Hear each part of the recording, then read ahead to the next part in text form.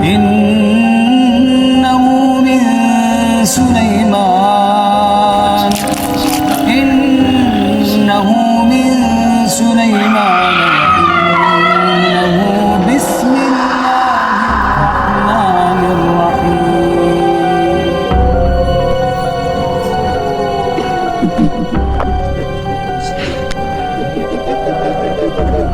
Nampak ada pocong kat tepi katil kita. Meracau dia dah terfikir apa semua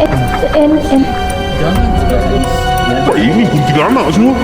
Apa dia ni bikin kat sini Aku macam seram itu nak tanya lah. Pasal tak Dia dipanggil kotak 7 kali 7.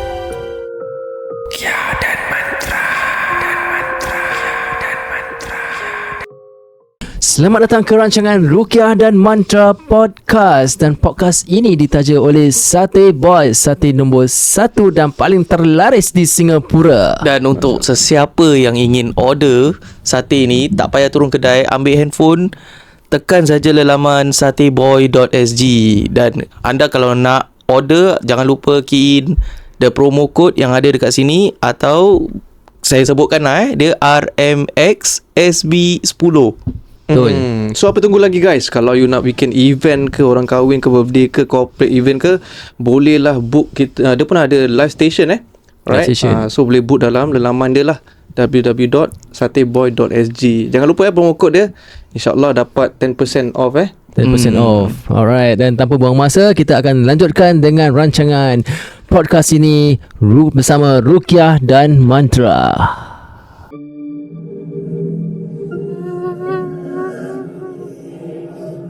Aku ada sebuah kisah ni yang diceritakan oleh seorang perawat veteran di Singapura. Aku lanjut terus Pak Haji. Pak Haji ni lah.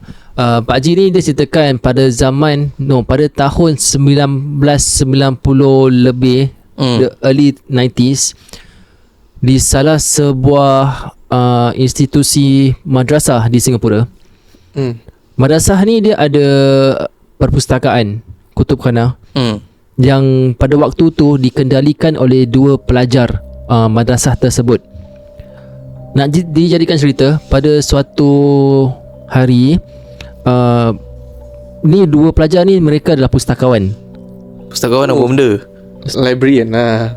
Oh, okay. Okay, librarian guys, librarian, okay. Pustakawan di dalam madrasah tersebut.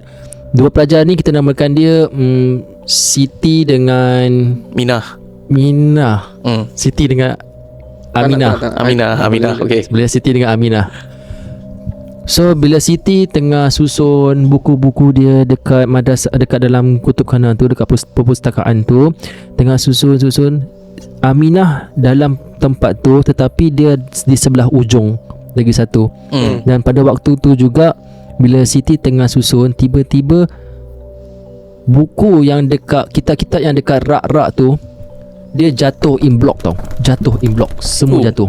Dia bukan jatuh one by one. Satu kali jatuh. Gerbam. Ui. Tak ada angin, tak ada orang. Tak mungkin lah benda yang solid, yang tak pernah jatuh, tiba-tiba jatuh. Berat lah, benda tu berat. Berat. Orang nak kena tolak baru benda tu jatuh lah kan. Betul. So bila dah terjatuh, Siti of course dia rasa ketakutan. Dia panggil kawannya itu Aminah untuk datang dekat dengan dia untuk bantu dia ambil buku-buku tu, kitab-kitab tu, susun balik dekat dia punya rak-rak tu.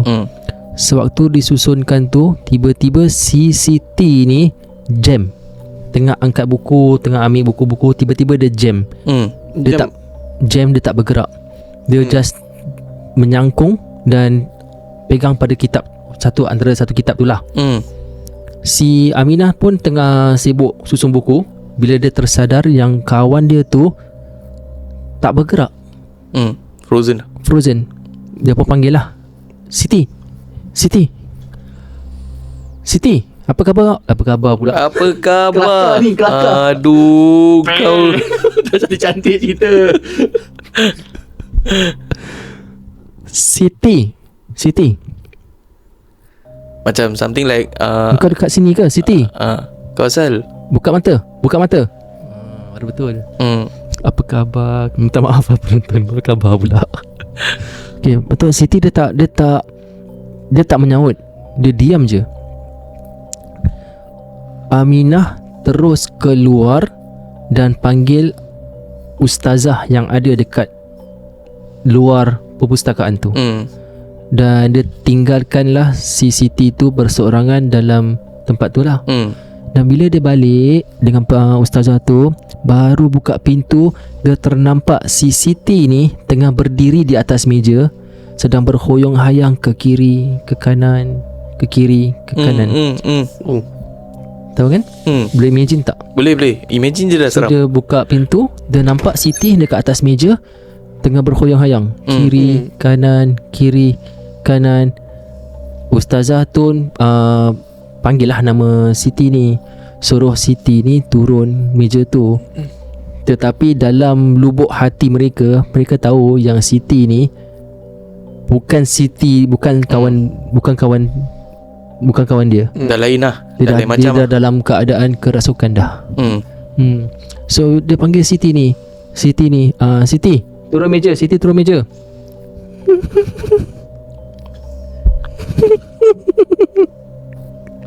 Kiri, Apa yang kau nak kena buat suara macam kiri, itu kan? kanan. Siti tak turun meja, malah Siti menjerit. Lepas ketawa tu dia menjerit.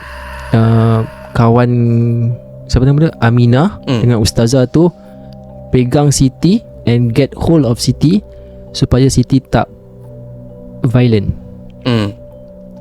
Dalam waktu tu ustazah tu pekik dan untuk minta bantuan daripada ustazah-ustazah yang dekat luar. Dan of course dengan pekiknya ustazah tu, yang lain semua dengar lah. So diorang masuk nampak dah kecoh. Yang Siti ni dia tak pekik tau, dia ketawa je. Macam orang, minta maaf, macam orang mental. Dia ketawa je. Dan bila antara satu daripada mereka tu dia panggil satu ustaz untuk datang, dan ustaz ni lah yang ceritakan. Dia kata yang si Siti ni telah dirasuki oleh seekor makhluk jin yang tinggal kat dalam library tu. Memang nanti yang ustaz ni tahu lah. Tak, tempat library ni is a known place for them. Yang tempat ni memang ada penunggu, tapi tak mengganggu mana lah. Macam kita tahu tempat ni ada penunggu, macam gitu je lah. Tapi tak mengganggu mana. Cuma this time dia punya aplikasi dia tu makin teruk lah. Ya. So bila tengah rawat, katanya si perawat tu dia memindahkan dengan berkomunikasi dengan makhluk jin tu untuk keluar daripada tempat tu dan pergi ke sepohon pokok di belakang madrasah tu. Okay. So lepas dia dah keluar, Siti ni pun sedar. Fast forward dalam 2-3 bulan ke depan, sewaktu pelajar-pelajar tu berada di tempat persekitaran pokok tu, salah satu di antara mereka kerasukan. Dan apabila dirawat, dia mengatakan bahawa dia adalah makhluk penghuni pokok tersebut. Pokok apa tu aku tak tahulah. Pokok tersebut. Jadi si ustaz ni pun dia dengan lagi 3 orang. Ustaz ni dia amanahkan dia punya orang bawahan dia lah, sokok, untuk pergi menebang pokok tersebut. Yang ustaz ni yang ceritakan kat kau ni tak, yang tukang tebang tu. Yang ustaz ni yang ceritakan kau sekarang ni, yang Pak Haji ni lah, yang tukang tebang. Okay. So bila dia terima arahan daripada ustaz tu untuk tebang pokok tu, so diorang pun pergilah beli kapak yang baru. 3 orang ni pergi ke tempat pokok tu, dan bila nak tebang pokok tu, diorang ada yang lain-lain lah datang untuk bantu tebang pokok tu.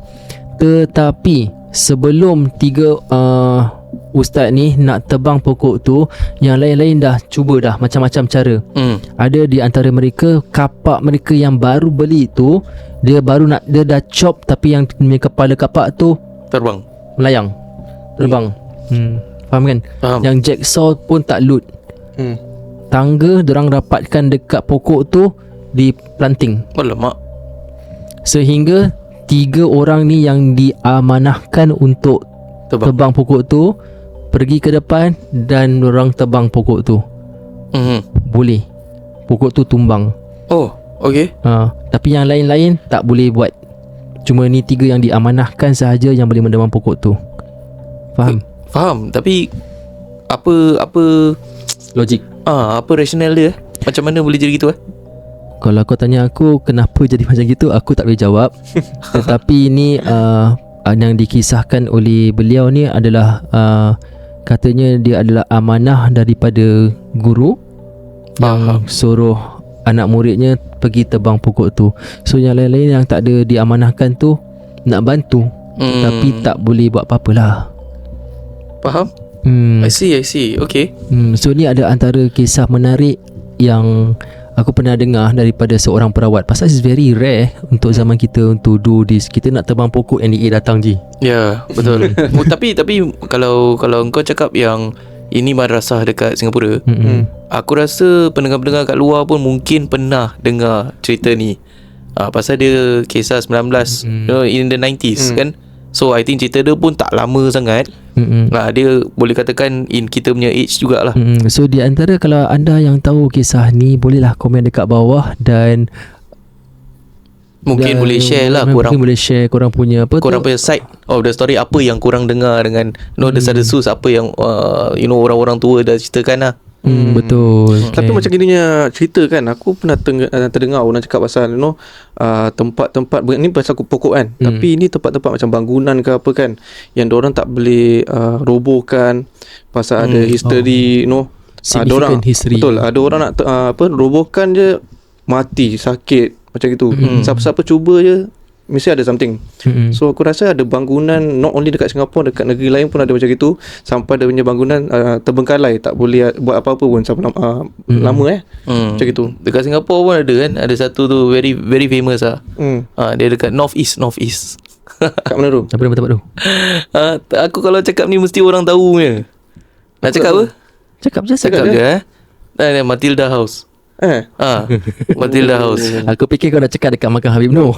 Oh tak lah, itu belum aku punya level. Tapi ada history dia lah. Aku history dia aku rasa dekat Wikipedia ada lah. Ada. Tapi itu pun again orang selalu ceritakan yang tu Matilda House tu dah ramai lah yang nak try robohkan. Tapi tengah buat je nanti mesti ada je, ada dia punya machinery rosak lah, ada orang injured lah. Ada dekat Google, kalau kau type this Matilda House punya sejarah, dia mengatakan dekat sini bahawa Matilda House ni adalah antara bangunan yang impossible to demolish. Ni lah cerita dia. And citing that death came for the contractors who tried to demolish it. Maknanya kematian menunggu kontraktor yang ingin mencuba meruntuhkan bangunan tersebut. Betul. Malah dekat sini juga dia mengatakan satu kontraktor have been reported disappeared selepas dia masuk ke rumah tersebut. Allahuakbar bisawab. So macam ni, ni ada kaitan dengan jin-jin yang tinggal di situ ke, daripada saka-saka yang diamanahkan untuk hapuskan orang-orang yang secara jujur dalam secara jujur pendapat aku, tempat itu hanya bangunan biasa saja. Okay. Secara jujur. Tapi kalau orang dah terlalu taksub bahawa tempat itu adalah tempat makhluk-makhluk ni duduk, dan juga pemujaan yang dilakukan dalam tempat tu, then tempat tu akan menjadi satu tempat lah. Satu tempat yang punya kelab muda-mudi lah. Kelab ni lah, kelab betul, yang keras lah. Kelab keras. Ya, tapi Matilda House tu masih ada tau. Masih ada. Okay, stop. Tak mau cakap lagi. Dia masih ada and dia functioning. Ada means ada event ke ada? Tak, dia ada a development around the Matilda House. Tapi not Matilda House itself lah. It's actually Matilda House itself. Dia buat baru, dia buat lambat lauk cantik. Betul. So sekarang Matilda House tu, instead of Matilda House kan, dia keliling dia dah ada kondo. So Matilda House tu aku dengar last dia dah jadi clubhouse. The clubhouse of the condo. Tapi aku tak tahu kondo mana. Mungkin boleh Google lah. Residence tak tahulah kan. Mungkin tak tahulah. So untuk para pendengar Ruqyah dan Mantra di Malaysia ataupun di negara yang lain, kalau awak tak tahu Matilda House tu apa, dia like I said again, dia adalah sebuah bangunan di Singapura, bangunan yang lama. Betul. Di Singapura. Kalau kita cakap pasal tim paranormal ataupun zaman muda-muda ni, adalah antara kita yang pernah pergi ke tempat tu. Aku Definitely mesti ada. pernah pergi. Tak pernah. Aku tak pernah. Tapi aku pernah pergi. Matilda House. Matilda House. Yelah Ta'ala aku pernah pergi. Tu zaman NS. Engkau Google bagai habis sekarang kau cakap kau pernah pergi. Remy kalau dengar ni, shout out to you Remy dengan Budiman. We went to the house. Kita Really went to the house. Tutup lampu lagi, duduk kat tempat rumah tu. Untuk apa? Okay, then mungkin Cari hantu lah, so called. then mungkin kau boleh share kau punya experience lah. Bila kau pergi sana kan, iyalah maybe kepada kau itu sebuah bangunan. Kan kepercayaan kau lain lah. Kan tapi bila kau pergi sana tu, apa kau expect? Aku actually expect kalau nampak, pasal waktu tu masih dalam lingkungan 19 tahun, 18 tahun. So aku punya expect is maybe ternampak hantu terkeluar ke, you know, macam mata ternampak benda-benda lari sini. Tapi tak ada lah. Oh, dia macam kau pergi Old Changi Hospital gitulah kira. Kau pernah pergi tak? Aku tak pernah. Kau pernah pergi? Pernah. Kau pernah? Kat luaran je lah. Changi Hospital. Masuk alamak. Ni zaman muda kita explore time NS. Lain. Korang kata NS buat apa? Tak. Aku habis je balik. Oh, okay. Balik rumah. Tak, ni zaman-zaman muda lah. Dulu lah masa zaman-zaman kira asyik nak curiga, asyik nak tahu je. Nak tahu sangat. Tapi again, bila kau pergi Matilda House tu, dia samalah macam kau pergi explore tempat macam Changi Hospital ni semua. Untuk aku pada waktu tu, it's just another place lah. Faham? It's just another place yang abandoned and banyak sangat graffiti. Lepas tu ada orang maybe buat pemujaan lah, ada scandals. Ada lah macam tanda-tanda dia, the signs, the candles, the equipment semua ada. Yes, ada. Just about that lah, but there's no, tak ada. Tapi, apa benda-benda yang lain. Bangunan dia cakap yang setengah ke sikit yang memang dah diruntuhkan. Memang betul ke memang dia punya bangunan tu memang masih wujud macam gitu juga, sebuah juga? Yang aku pergi that time is sebuah rumah masih putih, sebuah tapi ada pagar lah. Okay lah, dan tak payah tanya lagi lah. Faham lah, ada pagar tu. Tapi itulah, kita time NS ada degil sikit. Okay lah, dah pergi kan? Dah tak boleh apa lagi lah. Dah 38 tahun dah. So if you ask me, kalau ada sekarang ni, kalau untuk pergi tempat-tempat macam gitu, no lah, I won't go lah. Memang cari pasal lah. Tetapi sebagai seorang yang beriman, andai kata kalau you ke tempat sebuah tempat tu and nak seek shelter daripada hujan lebat ke ataupun you know this kind of thing, sampai ke tempat bangunan yang mungkin dah lama ditinggalkan orang ke apa, mentality kita sebagai seorang yang beriman nak kena faham bahawa tu hanya sebuah tempat rumah saja. Yang masuknya tu, kita nak masuk ke tempat tu berteduh mesti dengan adab. Mesti dengan adab. Pasal tempat tu kan tempat yang dah lama ditinggalkan tu kan dihuni oleh makhluk-makhluk jin ni. Bukan aku kata, tapi dalam kitab-kitab banyak mengatakan tentang ni. So macam yang previous episode kan kita ada cakap kan, kalau sama juga kalau masuk hutan kan ada certain doa kan. Betul. So kalau sama jugalah kalau macam betul, sama juga. Bila caught in a situation yang macam hujan lebat, macam kau cakap kan, nak seek shelter ni semua, so sama juga kena baca macam that kind of doa lah. Betul juga, baca that kind of doa. Jangan baca apa? Atur ni. Apa ni? Jangan baca yang atur ni. Ya. So kalau apa yang nak boleh dibacakan adalah bismillahirrahmanirrahim, la yadurru ma'asmihi syai'un fil ardi wala fis sama'i wa huwas samiul alim. Bila kita masuk ke tempat bangunan-bangunan lama ni lah. Okay. Dan jangan takut, insya-Allah Allah jaga kita. InsyaAllah. Okay, kita akan berikan tempoh selama berapa minit? Tempoh Kita akan berikan tempoh untuk beberapa minit ni kepada penaja kita daripada Sati Boy. Jangan ke mana-mana.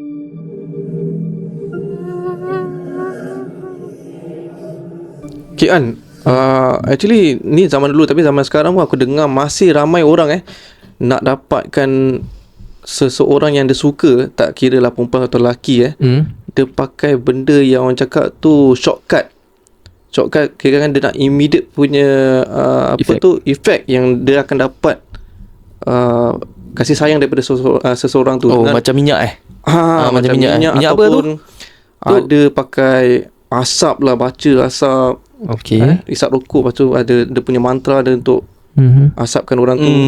Yang popular, paling banyak popular minyak lah. Minyak pun ada macam-macam minyak. Ada minyak dagu orang pakai, minyak pengasih. Minyak dagu lah kan? Ada minyak dalam, ada kain kuning, macam-macam minyak lah. Ni kita leave it to kau lah. Kau dah expert lah. Minyak apa? Let's talk about minyak lah. Minyak. Kau rasa minyak ni ada satu macam ke, macam-macam orang buat ke, mantra-mantra dia sama ke, lain ke, tapi tujuan dia sama lah. Yang sedihnya minyak ni tular dekat media sosial pada sekarang ni. Tular kira kan apa? Dia jual lah. Tular tu viral viral dekat media sosial ni. Sehingga ada seorang sahabat nama dia Edika Yusof pun mengeluarkan satu kenyataan tentang minyak untuk menghentikan orang daripada membeli dis minyak pengasih ini dekat media sosial. Pasal terlalu banyak sangat orang dah jual, dah buat seperti minyak pengasih ni macam seperti minyak wangi macam senang-senang lah beli. Macam just beli gitu. Dekat TikTok, dekat mana? Dekat especially TikTok lah. Tapi diorang tahu tak masa diorang beli tu that one is minyak pengasih? Diorang tahulah, dasar diorang beli. Apa yang tengah tukar penjual tu, apa dia cakap? Tukar penjual apa dia cakap tak tahulah. Pasal aku tak really ikut sangat lah. Tapi ni apa yang daripada kefahaman aku bila aku baca komen-komen tu semua.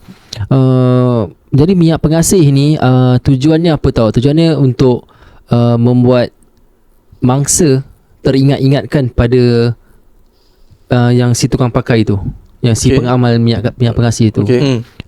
It comes back to aku ada aku ada seorang pesakit ni.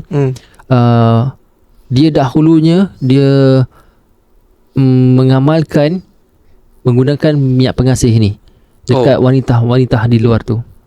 Dulu lah. Sekarang dah bekas pengamal lah. Sekarang dia bekas pengamal, dia dah bertaubat. Kan dulu playboy lah. Allahuaklam lah. Allahuaklam. Ya, dan actually alamak, apa lagi kau bawa ni, ya Allah. Okay, actually dekat tangan aku ni ada sebuah minyak lah. Dia nampak tak? Besar nampak kat sini. Okay, minyak apa ni? Okay, ni yang diberikan oleh brother tersebut. Dikatakan yang ni adalah minyak pengasih yang dia dapat. Dia beli daripada TikTok ah? Tak, ni dia beli kat Indonesia. Indonesia? Dia beli kat Indonesia, dah lama dia beli benda ni. So benda ni dia pernah gunakan kepada subjek mangsa-mangsa wanita di luar tu, sehingga dia bertaubat. Jadi apa yang dia buat dia bertaubat mudah sahaja. Bila Allah berikan hidayah tu, dia accident. Si abang yang pengamal ni dia mengalami satu kemalangan jalan raya dan dia jatuh koma. Koma kita tak sedar tau. Sayur. Jadi sayur dekat hospital tu. Sewaktu dia punya waktu dia koma tu, dia termimpi bayangan neraka. Allahuaklam bisawab. Allahuaklam bisawab. Tak tahu nak betul ke tak betul. Tapi ni apa yang dia ceritakan lah. Dia mimpi bayangan dia dibakar di sebuah tempat lah. Disiksa di sebuah tempat ni. Aku nak cakap neraka pun macam berat jugalah. Itu tapi apa dia cakap lah. Ni apa yang dia cakap. Seperti neraka lah. Dan bila dia sedar, dalam 3 minggu kemudian, dia sedar, dia bertaubat lah. 3 minggu? 3 minggu dia koma. So bila dia bertaubat tu, bila dia keluar dari hospital, dia telefon aku. Bila telefon ni lah yang dia berikan antara koleksi minyak pengasih dia. Ni adalah satu barang yang dia pakai lah. Dia antara salah satu produk lah yang dia gunakan untuk mempelet. Dia ada banyak wanita. Ada benda-benda yang lain jugalah. Apa dia tulis kat situ? Ini bukan ni just a bottle. I see. So benda ni like I said again, senang dapat dekat luar.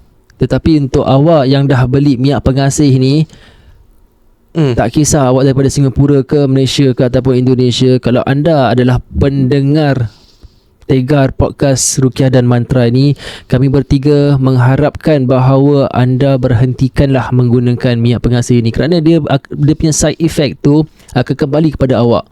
Dan jika kalau awak tak sempat bertaubat, kalau Allah tarik nyawa anda, you tahulah tempatnya di mana. Sebab you dah menyeksa orang, you dah memaksa wanita untuk Jadi mangsa lah. suka awak secara tanpa rela lah. So benda ni berisi kodam ataupun jin yang ditugaskan, ada ikat perjanjian untuk pukau yang si mangsa tu. Betul. Yes, correct. Untuk suka you lah. Tapi tadi bila kau cakap pasal side effect yang boleh kembali kan kepada pengamal tu, apa, what are the side effect? The side sekarang mungkin tak nampak. Mungkin siapa yang tengah pakai ni mungkin tampak. Mungkin tengah senang-senang, tengah seronok happy, tengah seronok. tengah high kan, tengah gunakan. Tetapi ketahuilah bahawa satu hari nanti khadam ataupun benda ni akan kembali kepada awak, dan awak akan rasa suatu benda yang sakit lah. Kalau awak tak kena, mungkin kalau awak berumah tangga, pasangan awak kena. Kalau pasangan awak tak kena, anak-anak awak yang kena. Mungkin benda-benda ni dia tak lepaskan macam itu sahajalah. Aku ada kenalan dia ada ceritakan lah, bapak dia ada pengguna benda ni lah. So bapak dia jatuh sakit. Dia jatuh sakit, bapak dia pergi hospital, pergi doktor check semua. Doktor cakap you are normal, something like that lah. So tapi bapak dia actually sakit, macam selalu tak boleh macam bangun, macam muntah-muntah kan. So dia macam rasa pelik lah. So bila jumpa banyak dia punya peruqyah ke ustaz-ustaz semua kan, diorang suruh dia amalkan ruqyah sendirilah. Pasal benda ni dah kira kan ada jumpa, tapi masih lagi sakit. Berapa lama tau? Lama. Few years. Okay, and then after that family dia kena kacau. Ada yang kena sampuk, bini dia kena sampuk. Dekat rumah selalu dia dengar benda-benda macam bergerak sendiri kat dapur. So ada orang ketuk daripada atas macam itu. So banyak kali kena kacau lah. And ada orang cakap rumah dia dah beranak penak dengan jin-jin yang lain semua. So after that dia dah ruqyah sendiri dah few years, about 1 to 2 years macam itu. Dan baru sembuh lah. Benda ni semua dah buang lah actually. Even though after dah buang, masih kena kacau lagi. Makan lama juga. Makan lama. So merawat dia pun makan lama juga. Efek dia bukan so contoh macam let's say kalau diorang yang nak buang benda ni kan, nak get rid of this thing, kalau diorang ni memang pengamal lah, diorang gunakan benda ni, pergi dapatkan rawatan lah. Pergi dapatkan rawatan ruqyah untuk putuskan ikatan perjanjian antara awak dengan khadam tersebut lah. Ya. So di antara aku tahu satu teknik je di antara mereka yang gunakan benda ni. Diorang akan letak dekat diorang punya tip of their finger. Diorang akan cross diorang hand. Diorang akan cross, diorang akan letakkan dekat diorang punya bulu kening. Sambil membacakan mentera-mentera mereka untuk kasih mereka nampak lebih atraktif. Ya. Lebih ada cahaya lah kira. Bukan aku tak cakap cahaya nur. Aku tak cakap cahaya nur. Aku cakap cahaya ni lain lah, lampu ni lah. Alamak ni kerusi makin jatuh. Mungkin alternatif kalau tak nak pakai benda-benda macam gini kan, haram kan, maybe boleh jumpa Dr. Love Sahan Dr. Love belajar macam mana cara-cara untuk bikat wanita. Tak. Nak lebih cantik, nampakkan cahaya nur wajah tu, tenang dia nampak orang, baca Al-Quran, berwuduk lah. Berwuduk dengan baca Quran hari-hari. Berwuduk, baca Quran dan amalkan ibadah-ibadah yang Allah perintahkan, Allah suruh buat, kita buat. Yang Allah larang kita jangan buat. Betul. Makanannya pun important juga. Apa yang kita makan tu actually yang kita, kalau kita suka makan benda-benda yang haram lah, dia akan menampakkan kita punya perwatakan kita nanti kurang baik. Pernah dengar tak benda ni? Benar. Ya. You are what you eat lah kira. You are what you eat, brother. Ya, so semoga episod ini dapat memberikan manfaat kepada pendengar Ruqyah dan Mantra. Dan kalau pada anda yang ada kisah-kisah seram yang ingin berkongsi kepada kita, sila DM kepada dalam Instagram kita ataupun TikTok Ruqyah dan Mantra dan tinggalkan kisah anda. Kalau anda adalah pengamal-pengamal yang pernah suatu ketika dulu mengamalkan ilmu-ilmu yang khurafat ataupun yang songsang sedikit, kami sangat mengalu-alukan anda untuk datang ke podcast kita, menjadikan tetamu kita. InsyaAllah kita tidak akan Pamerkan wajah anda, paparkan wajah anda kepada mereka lah. Semoga apa yang anda kisahkan kepada kita, kepada para pendengar, dapat memberikan pelajaran kepada iktibar kepada mereka lah. Bukan kita nak promote kalau ada orang kata kita nak promote, no, kita bukan nak promote. Kita ada jalan dakwah kita sendiri. So kita bukan nak promote benda-benda yang khurafat. No. Betul. Baik, kalau ada anything? So far tak ada. So far Alhamdulillah. Episod ni pada aku again aku terperanjat. Kau bawa tiba-tiba ada benda ni. Kita pakai sikit lah. Astaghfirullahalazim. Mungkin mereka dorang tahu kenapa aku ada benda-benda ni semua. Where I get all these things from. Kenapa dekat dalam studio. So actually benda-benda ni semua adalah daripada bekas pesakit lah, yang aku letak kat sini dan untuk destroy it. Lagipun cuma Sahan je ada opportunity untuk ambil barang-barang ni daripada pesakit. Bukan ambil lah. Contohnya memang dah minta minta kebenaran daripada pesakit-pesakit untuk bawa dalam podcast episod ni untuk tunjuk. Jadi kita boleh share. Ada yang tak pernah nampak. Jadi ada yang tak pernah nampak, sekali first time nampak dekat TikTok. Habis kalau korang beli, dah jadi satu cerita. So kat sini kita tunjukkan sebagai macam satu example, and then at the same time pun kita pun akan kasih kata-kata yang kalau boleh jangan buat lah. Bukan kalau boleh jangan buat, jangan buat langsung lah. Pasal benda ni dah langgar akidah kita ya. Dah langgar akidah, dah langgar jalan Allah lah. Kalau let's say kalau orang tu jual minyak pengasih ni, tapi kalau kita boleh tak boleh report? Boleh tak? Tapi dia tak violate guideline. Report je lah. Tapi kalau ramai orang report, nanti dia boleh, dia akan do something, right? Pasal aku takut apa tau, mungkin kalau kita tak bantu untuk report, kita tak stop this thing, takutnya nanti kalau adik kita sendiri yang kena, satu hari nanti anak-anak kita, anak-anak perempuan kita yang terkena benda-benda gini. Betul. Itu yang buat aku worry lah. So kalau untuk pada pendengar dan Tegar Ruqyah dan Mantra Podcast ni, mungkin awak boleh follow kita dan bantu untuk membantraskan mereka yang menjualkan produk minyak pengasih ni ataupun ilmu-ilmu pelet ni dekat TikTok. Kita just report to stop them. Okay, aku tapi sebelum kita akhir, aku ada satu soalan lah. Tadi kita cakap pasal pengamal kan. Kalau jadi dekat mangsa, apa yang mangsa akan rasa first, and second is macam mana mangsa tu nak pulihkan diri dia. Mangsa nak pulihkan diri tu nak kena buat rawatan lah. Nak kena buat rawatan. Tapi okay, pasal dia tak tahu yang dia terkena. Betul. Bila dia tak tahu terkena tu, dia ada macam simptom-simptom tak? Ada. Kalau anda selalu terfikirkan bayangan seseorang, let's say kalau Kai buat that minyak dekat saya akan selalu fikirkan pasal Kai. Baik nak mandi, nak tidur, nak makan. Kira-kira mandi tak basah, tidur tak ni makan tak kenyang lah. Ya, kalau saya asyik terfikirkan Kai, tu menjadi satu antara dia punya tanda dia lah. Dengan tak sengaja lah, kira macam kalau you jatuh cinta kan, tu lain tau. Pasal you punya feelings dah develop dari dalam. Tapi ni tak semena-mena. Hari tak fikir, besok lusa tiba-tiba dah terfikir. Kan, mean something is wrong somewhere lah. Betul. Family members kita kena, macam mana kita nak tahu? Dia akan lupakan tanggungjawab. Kalau let's say kita punya isteri terkena, dia akan lupakan tanggungjawab dia sebagai seorang isteri dan lupakan tanggungjawab dia sebagai seorang ibu pada anak-anak. Dia just forget, dia drop everything and dia akan just focus on that guy.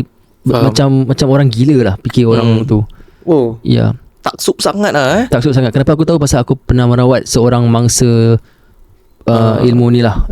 Mangsa minyak pengasih lah. Minyak pengasih ni dia drop everything. Tanggungjawab dia sebagai seorang isteri dan ibu di rumah, dia tanggungjawab, dia drop everything.